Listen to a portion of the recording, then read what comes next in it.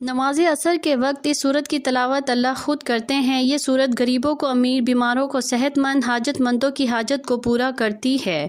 وہ سورت یہ ہے۔ محترم ناظرین، قرآن مجید کی وہ سورت جس کی تلاوت خود اللہ تعالیٰ فرماتے ہیں۔ یہ دعویٰ اگرچہ ہمارے فہم سے بلند ہے، لیکن اس کی روحانی گہرائی ہمیں احساس دلاتی ہے کہ قرآن کی بعض صورتیں ایسی ہیں جنہیں اللہ رب العزت نے اپنے خصوصی کلام میں ایسی تاثیر عطا فرمائی ہے جو بندے کے دل و دماغ، روح اور جسم اور دنیا اور آخرت سب کو منور کر دیتی ہے۔ انہی میں سے ایک صورت ایسی ہے جسے اللہ تعالیٰ خود پڑھتے ہیں۔ یہ صورت غریبوں کو، امیر، بیماروں کو، صحت مند اور حاجت مندوں کی حاجت کو پورا کر دیتی ہے۔ ناظرین، اس صورت کا وظیفہ انسان کو روحانی ترقی، دنیاوی سکون اور اخروی نجات عطا کرتا ہے۔ یہ صورت اپنی تاثیر روانی اور معنوی حسن میں ایسی بے مثال ہے کہ اس کے بارے میں کہا جاتا ہے کہ اگر کوئی بیمار اس صورت کو دل سے سنے تو شفا پا لیتا ہے، اگر کوئی پریشان دل سے پڑھے تو سکون پا لیتا ہے، اگر کوئی فقیر خلوص سے تلاوت کرے تو مالدار ہو جاتا ہے، اگر کوئی گناہ گار سچے دل سے اس کے مفہوم پر غور کرے تو اللہ کے قریب ہو جاتا ہے۔ سورت مبارکہ ہمیں یہ سکھاتی ہے کہ اللہ کی رحمت ہر چیز پر غالب ہے۔ یہ سورت دراصل اللہ کی محبت کا ترانہ ہے۔ تو ناظرین، اللہ تعالیٰ کے پیارے کلام پاک سے پڑھی جانے والی سورت کے بارے میں جاننے کے لیے گزارش ہے کہ ویڈیو کو آخر تک لازمی دیکھیے گا۔ ناظرین، قرآن کی بہت ہی پیاری سورت جس کی تلاوت اللہ تعالیٰ خود فرماتے ہیں، جو بندہ روزانہ کسی بھی پریشانی کے لیے پڑھتا ہے، چاہے وہ بیماری ہو، رزق کی پریشانی ہو یا کاروبار کی پریشانی، حتیٰ کہ جس مقصد کے لیے پڑھتا ہے وہ مقصد انشاءاللہ پورا کیا جاتا ہے، دنیا اور آخرت کی سختیوں سے اسے نجات ملتی ہے۔ یہ صورت آپ کو اللہ تعالیٰ کے بے حد قریب کر دیتی ہے۔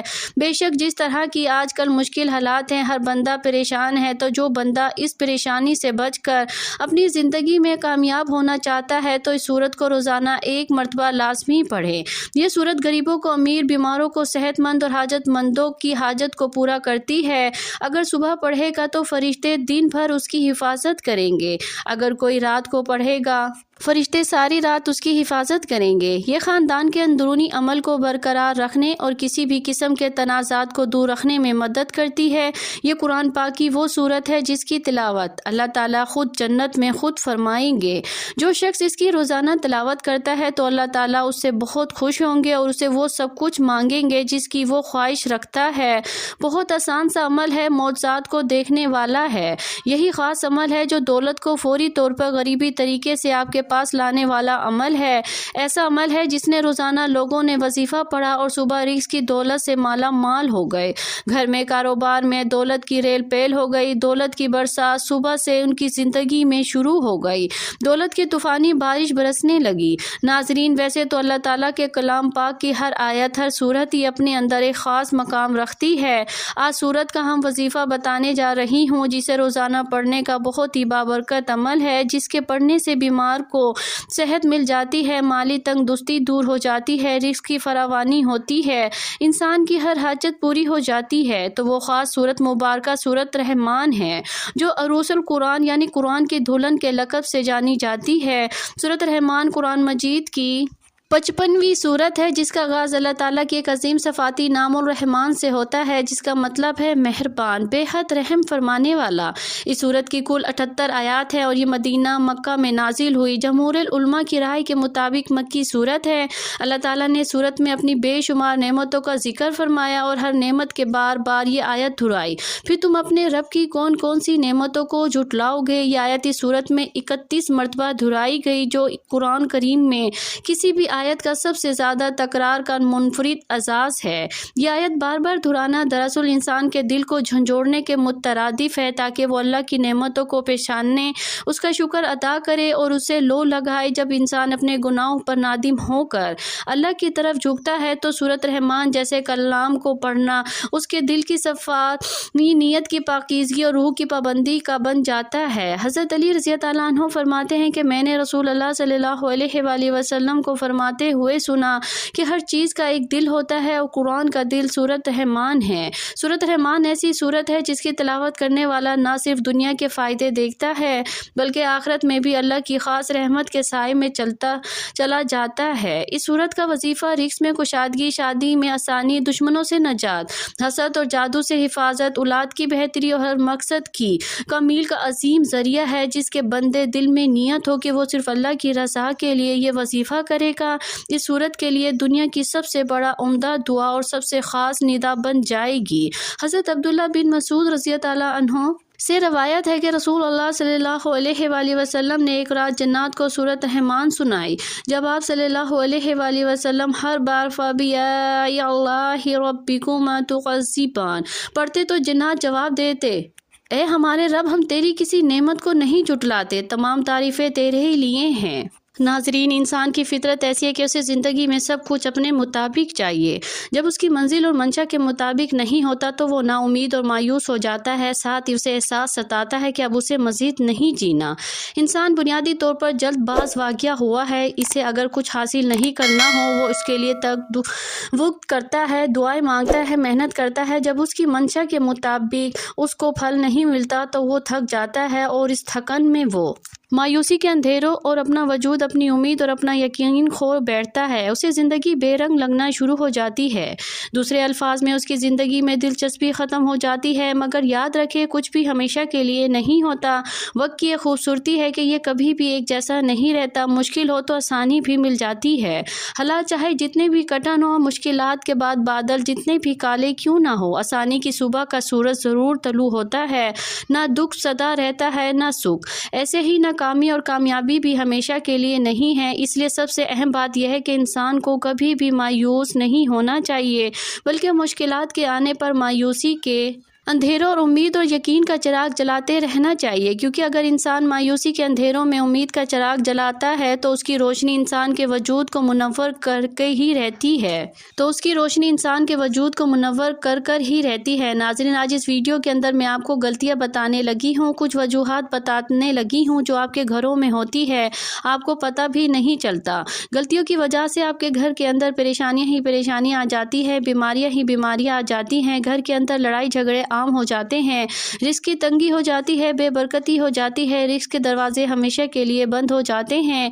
اگر آپ وہ غلطیاں اپنے گھر میں کرتے ہیں، آج کے بعد ان غلطیوں کو کبھی مت کرنا، اور ان میں آپ کو 3 ایسے کام بتانے لگی ہوں جو آپ نے اپنے گھر میں لازمی کر لینے ہیں۔ اب جو گھر کے اندر پریشان ہے ہمیشہ کے لیے ختم ہو جائے گی، لڑائی جھگڑے ہمیشہ کے لیے ختم ہو جائیں گے۔ اب جو گھر کے اندر رزق کی کمی ہے، بیماری ہے، کسی بھی قسم کا کوئی بھی مسئلہ یا مسائل ہوگا، انشاءاللہ تعالیٰ فوراً حل ہو جائے گا۔ کچھ لوگ یقین نہیں کرتے، وہ کہتے ہیں کہ ہمیں تو کچھ نہیں ملا، جو آپ وظیفہ کرتے ہوئے ضرور کرتے ہوں گے۔ سب سے پہلے بڑی غلطی کیا ہوتی ہے؟ آپ لوگ وضو بھی نہیں کرتے، نماز بھی نہیں پڑھتے، قرآن پاک کی تلاوت بھی نہیں کرتے۔ میں آپ کو ہر ویڈیو کے اندر یہ بات کہتی ہوں، کوئی عمل، کوئی بھی وظیفہ نماز کے بغیر نہیں ہوتا، نماز کے بغیر کچھ بھی نہیں ہوتا، کوئی بھی وظیفہ کام نہیں کرتا۔ ایک غلطی آپ کی ہے، آپ لوگ نماز کے بغیر ہی وظیفہ کرنا شروع کر دیتے ہیں۔ دوسری غلطی یہ ہے کہ سب سے بڑی غلطی ہے، جب آپ وظیفہ کرنا شروع کرتے ہیں تو آپ کے آس پاس ہوتے ہیں، اس کے ساتھ باتیں بھی کرتے رہتے ہیں کہ آپ کو بتا بھی دیتی ہوں کہ میں یہ عمل کر رہا ہوں یا کر رہی ہوں، اس لیے کام کر رہا ہوں یا کر رہی ہوں، تو اس لیے آپ کا عمل مکمل نہیں ہوتا، آپ کا وظیفہ ٹوٹ جاتا ہے۔ اور آج کے ان غلطیوں کو کبھی بھی مت کرنا۔ وظیفہ کرنے کا صحیح طریقہ یہ ہوتا ہے کہ آپ نے وضو کیا، وضو کرنے کے بعد نماز پڑھ لی، اور جب آپ نماز پڑھ لیں اور اب اس جگہ پر جا کر بیٹھنا جہاں آپ کو لگتا ہے ادھر میرے آس پاس کوئی نہیں آئے گا۔ جب آپ کے پاس کوئی نہیں آئے گا تو پھر آپ کی توجہ اپنے وظیفے کی جانب ہی ہوگی۔ اب آپ نے وظیفہ شروع کرنا ہے، پھر وظیفہ ختم کرنے سے پہلے ہی اللہ تعالیٰ کا معجزہ دیکھ لینا، آپ کی خالی جھولی اسی وقت بھر جائے گی۔ جب آپ بند کمرے میں جائے نماز کے اوپر بیٹھیں گے، 3 مرتبہ درود شریف پڑھنا ہے۔ اب میں آپ کو وظیفہ بتانے لگی ہوں، کوشش کرنی ہے کہ آج اس وظیفے کو اپنے پاس لکھ کر ضرور رکھ لیں۔ آپ نے سب سے پہلے 3 مرتبہ درود شریف پڑھنی ہے۔ درود شریف تو ویسے بھی کثرت کے ساتھ پڑھتے رہا کریں، چلتے پھرتے، اٹھتے بیٹھتے، دکان پر بیٹھتے ہیں، چاہے چاہے اپنے گھر میں بیٹھے ہیں، کہیں سے آ رہے ہیں، کہیں پر جا رہے ہیں، درود شریف کو کثرت کے ساتھ پڑھتے رہا کریں، اس سے آپ کو بہت بڑا فائدہ ہوگا۔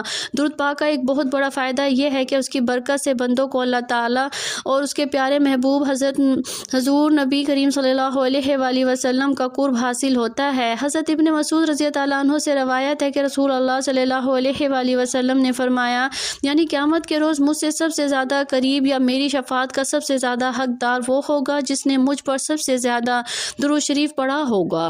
ابو داؤد شریف میں ابو ہریرہ رضی اللہ عنہ سے روایت ہے کہ رسول اللہ صلی اللہ علیہ وآلہ وسلم نے فرمایا، یعنی جو بھی مجھے سلامتی بھیجتا ہے تو اللہ تعالیٰ میری روح کو اس کی طرف متوجہ فرما دیتا ہے حتیٰ کہ میں اس کا جواب دیتا ہوں۔ ترمذی شریف میں حضرت ابی بن کعب رضی اللہ عنہ سے روایت فرماتے ہیں کہ میں نے عرض کیا، یا رسول اللہ، میں آپ پر بہت زیادہ درود شریف پڑھتا ہوں تو کتنا درود شریف مقرر کر دوں؟ فرمایا جتنا چاہو۔ میں نے کہا چہارم حصہ؟ فرمایا جتنا چاہو، لیکن اگر درود شریف بڑھا دو تو تمہارے لیے بہتر ہے۔ میں نے کہا آدھا؟ فرمایا جتنا چاہو، اگر درود شریف بڑھا دو تو تمہارے لیے بہتر ہے۔ میں نے عرض کیا دو تہائی؟ فرمایا جتنا چاہو، لیکن اگر درود شریف بڑھا دو تمہارے لیے بہتر ہے۔ میں نے عرض کیا میں سارا درود شریف ہی پڑھوں گا؟ فرمایا تب تمہارے غموں کو کافی ہوگا اور تمہارے گناہ مٹا دے گا۔ ترمذی شریف میں حضرت علی مرتضیٰ رضی اللہ عنہ سے روایت ہے کہ رسول اللہ صلی اللہ علیہ وآلہ وسلم نے فرمایا، بڑا کنجوس وہ شخص ہے جس کے سامنے میرا ذکر ہو وہ مجھ پر درود شریف نہ بھیجے۔ ترمذی شریف میں ہی حضرت عمر فاروق رضی اللہ عنہ سے مروی ہے کہ آپ نے فرمایا، دعا آسمان اور زمین کے درمیان ٹھہری رہتی ہے، اس سے کچھ اوپر کچھ آسمان کی طرف نہیں چڑھتی جب تک تم اپنے نبی صلی اللہ علیہ وآلہ وسلم پر درود شریف نہ بھیجو۔ حضرت علی مرتضیٰ رضی اللہ عنہ فرماتے ہیں، اللہ تعالیٰ نے جنت میں ایک درخت پیدا کیا جس کا پھل سیب سے قدرے بڑا، انار سے قدرے چھوٹا، سیب سے زیادہ نرم، شہد سے عمدہ شیریں، مشک سے زیادہ خوشبو رکھنے والا، شاخ مروار مرید کی طرح، سونے کے پتے جبر جد کے، اور یہ نبی کریم صلی اللہ علیہ وآلہ وسلم پر صلاۃ و سلام پڑھنے والوں کے لیے مختص ہوگا، ان کے علاوہ کوئی اور اسے نہ دیکھ پائے گا۔ حضور سید العالم صلی اللہ علیہ وآلہ وسلم نے فرمایا، جو مجھ پر درود بھیجتا ہے اس پر فرشتے درود بھیجتے ہیں، خود خدا اپنی شان کے مطابق درود بھیجتا ہے جس کے باعث تمام آسمان اور زمین والے درود بھیجتے ہیں، بلکہ درخت چرند پرند عرض یہ کہ کوئی ایسی چیز باقی نہیں رہتی جو درود نہ بھیجتی ہو۔ سید الانبیاء حضرت محمد مصطفیٰ صلی اللہ علیہ وآلہ وسلم نے فرمایا، جب کوئی آدمی مجھ پر درود شریف پڑھتا ہے تو منادی پکار کر کہتا ہے کہ اللہ تعالیٰ اس کے بدلے تجھے 10 بار درود بھیجے۔ آسمان والے یہ سن کر کہتے ہیں تیرے درود شریف کے بدلے 100 بار تجھ پر رحمت فرمائے۔ درود کثرت سے پڑھتے رہا کریں تاکہ دنیا اور آخرت دونوں جہانوں میں کامیابی مل سکے۔ اب ایک مرتبہ ثواب کی نیت سے میرے ساتھ بھی پڑھ لیں، اللہم صلی علی محمد وعلی آل محمد کما صلیت علی ابراہیم وعلی آل ابراہیم انک حمید مجید، اللہم بارک علی محمد وعلی آل محمد کما بارکت علی ابراہیم وعلی آل ابراہیم انک حمید مجید۔ تو ناظرین، جب آپ باوضو ہو کر پاک صاف جگہ پر بیٹھ کر نماز ادا کر کے درود پاک پڑھ لینا ہے تو اس کے بعد قرآن پاک کی اس بابرکت سورت مبارک یعنی سورت رحمان کی تلاوت کرنی ہے۔ اس کا مکمل توجہ، دھیان اور یکسوئی کے ساتھ پڑھنا ہے۔ اس کی تلاوت کے دوران جب بھی آیت آئے فَبِأَيِّ آلَاءِ رَبِّكُمَا تُكَذِّبَانِ تو ہاتھ اٹھا کر دل سے کہیں، اے رب ہم تیری کسی نعمت کو نہیں جھٹلاتے، تمام تعریفیں تیرے ہی لیے ہیں۔ یہ پڑھ کر سورت کی تلاوت مکمل کرنی ہے اور اس کے بعد اتنا ہی درود پاک پڑھنا ہے جتنا وظیفہ شروع کرنے سے پہلے پڑھا تھا۔ اس کے بعد اپنے والدین، اہل خانہ، رزق، صحت، عزت، اولاد، دشمنوں کے شر، دنیاوی آخرت کی بھلائی کے لیے مانگے۔ یہ سورت صرف ایک تلاوت نہیں بلکہ ایک روحانی معاہدہ ہے بندے اور اللہ کے درمیان جو اس کو دنیا اور آخرت کی کامیابی عطا کرتا ہے۔ آپ نے اس عمل کے دوران دل میں یہ تصور کرنا ہے کہ یا اللہ میں تیری اس عظیم سورت کو صرف تیری رضا، تیری رحمت کے حصول، اپنے گناہوں کی معافی، رزق کی کشادگی اور حاجتوں کے پورا ہونے کے لیے پڑھ رہا ہوں یا پڑھ رہی ہوں۔ یا اللہ، یا رحمان، یا رحیم، یا اللہ ہم نے تیری رحمت والی صورت پڑھی، ہم تیرے عاجز بندے ہیں، یا اللہ ہمیں گناہوں کو معاف فرما، رزق میں برکت دے، ہماری حاجتوں کو پورا فرما، ہمارے گھروں میں سکون، ہمارے دلوں میں تیرا عشق، ہمارے جسموں کو شفا عطا فرما، یا اللہ ہمیں سورت رحمان کے صدقے اپنی رضا اور قرب عطا فرما، آمین یا رب العالمین۔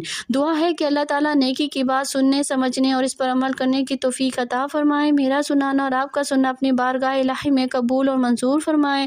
ناظرین، گزارش ہے کہ اللہ تعالیٰ کے 99 ناموں میں سے کوئی ایک نام کمنٹس میں لکھ کر ضرور شیئر کریں۔ اللہ ہم سب کا حامی اور ناصر ہو، آمین۔ جزاک اللہ خیر خیرن کثیرہ۔